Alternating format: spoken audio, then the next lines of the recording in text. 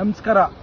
ನಾನು ಡಾಕ್ಟರ್ ರಂಗನಾಥ್ ಕುಣಿಗಲ್ ತಾಲೂಕಿನ ಶಾಸಕನಾಗಿ ನಿನ್ನೆ ನಡೆದಂತ ಪ್ರತಿಭಟನೆ ವಿಚಾರದಲ್ಲಿ ನನ್ನ ಜಿಲ್ಲೆಯ ಪ್ರತಿಯೊಬ್ಬ ರೈತನಿಗೂ ಮತ್ತು ಮುಖಂಡರಿಗೆ ಈ ಮೂಲಕ ಹೇಳುವುದೇನೆಂದರೆ, ಇವತ್ತು ಏನಾದರೂ ತುಮಕೂರು ಜಿಲ್ಲೆಗೆ ನೀರು ಬಂದಿದೆ ಅಂದರೆ ಅದು ದಿವಂಗತ ವೈಕೆರಾಮಯ್ಯನವರು ಮತ್ತು ಉಚ್ಚಪಾಸ್ತಿಗೌಡ ಹೋರಾಟ ಅಂತ ಹೇಳಲಿಕ್ಕೆ ಇಚ್ಛಪಡ್ತೇನೆ.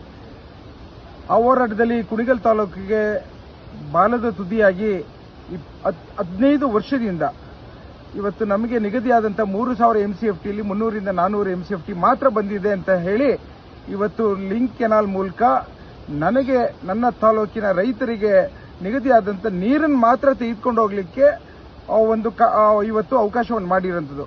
ಬಹಳಷ್ಟು ಜನ ರಾಜಕೀಯದವರು ಅವ್ರ ಹಿತಾಸಕ್ತಿಗೋಸ್ಕರ ದಾರಿ ತಪ್ಪಿಸ್ತಾ ಇದ್ದಾರೆ. ಇದು ಗುಬ್ಬಿಲಿ ರಾಂಪುರದಲ್ಲಿ ಪೈಪ್ ಲೈನ್ ಶುರುವಾಗಿ ಇದು ಗುಬ್ಬಿಯ ಕೊನೆ ಬಾರ್ಡರ್ಲಿ ಕುಣಿಗಲ್ಲು ಮತ್ತು ಗುಬ್ಬಿಯ ಬಾರ್ಡರ್ಲಿ ಎಂಡ್ ಆಗಂತದ್ದು.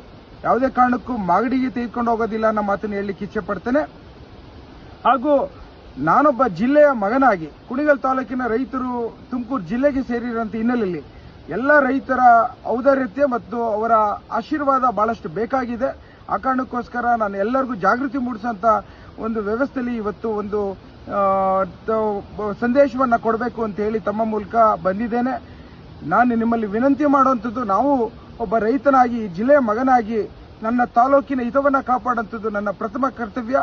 ಜಿಲ್ಲೆಗೆ ಬರುವಂತ 24 TMCಯನ್ನ ಹಾಸನಿಂದ ಹೋರಾಟ ಮಾಡಲಿಕ್ಕೆ ನಾನು ಸಹ ಮುಂದೆ ಇದ್ದೇನೆ. ಹಾಗೆ ನನ್ನ ತಾಲೂಕಿಗೆ ಸಿಗುವಂತ 3000 MCFT ನೀರನ್ನು ತೆಗೆದುಕೊಂಡು ಹೋಗ್ಲಿಕ್ಕೆ ನಿಮ್ಮೆಲ್ಲರ ಆಶೀರ್ವಾದ ಬೇಕಾಗಿದೆ ಅಂತ ಹೇಳಿ ವಿನಮ್ರ ಮನವಿ ಮಾಡ್ತಾ ಇದ್ದೇನೆ.